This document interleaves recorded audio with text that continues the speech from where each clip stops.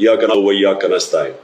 मेरे पाकिस्तानियों, जब तक ये मेरे अल्फाज आप तक पहुंचेंगे, मुझे एक नाजायज केस के अंदर बंद कर दिया होगा। इससे एक चीज आप सबको वाज़ेह हो जानी चाहिए कि पाकिस्तान में जो फंडामेंटल राइट्स हैं, जो हमारे आइन हमें हुकूक देता है, जो जमहूरियत है, वो दफन हो चुकी है। और हो सकता है कि इसके बाद मुझे मौका ना मिले आपसे मुखातिब होने का, इसलिए मैं 2-3 बातें आपसे करना चाहता हूं आज। सबसे पहले, पाकिस्तान की जो कौम है वो मुझे 50 साल से जानती है। मैं पब्लिक में 50 साल से कभी मैंने ना पाकिस्तान के आइन के खिलाफ किया हूं, ना मैंने कभी पाकिस्तान का कानून तोड़ा है। और मेरी हमेशा, जब से सियासत में आया, मेरी हमेशा कोशिश हुई कि मैं जो भी अपनी जद्दोजहद करूं वो पुरअमन करूं, आइन जो मुझे हक देता है पुरअमन एहतजाज का, उसके बीच में रह के करूं। आज ये जो किया जा रहा है, ये इसलिए नहीं किया जा रहा कि मैंने कोई कानून तोड़ा है, ये सिर्फ इसलिए किया जा रहा है कि ये चाहते हैं कि मैं जो हकीकी आज़ादी की तहरीक है इससे पीछे हटूं। और ये इसलिए किया जा रहा है कि ये करप्ट चोरों का टोला, इंपोर्टेड हुकूमत जो हमारे ऊपर मुसल्लत की गई है, ये चाहते हैं कि मैं उसको कबूल कर लूं। मैं आज आप सबसे अपील कर रहा हूं कि आपको अपने हकूक के लिए, अपनी हकीकी आज़ादी के लिए सबको निकलना पड़ेगा। कभी भी किसी कौम को प्लेट में आज़ादी नहीं पकड़ाई जाती।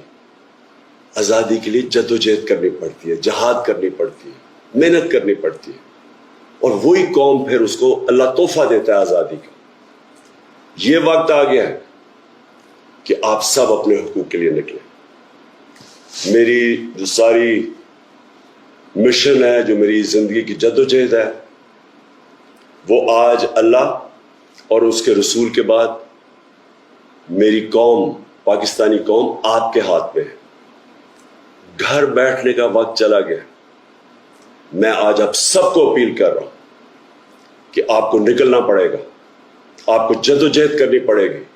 आपको ये जो फैशिस्ट निज़ाम है, जो ये खौफ तारी कर रहे हैं, ये खौफ के बुत को तोड़ना पड़ेगा।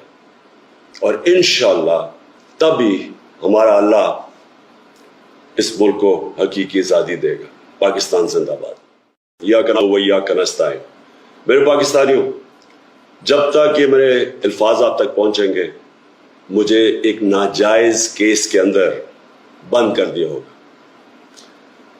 इससे एक चीज आप सबको वाज़ेह हो जानी चाहिए कि पाकिस्तान में जो फंडामेंटल राइट्स हैं, जो हमारे आइन हमें हुकूक देता है, जो जमहूरियत है, वो दफन हो चुकी है।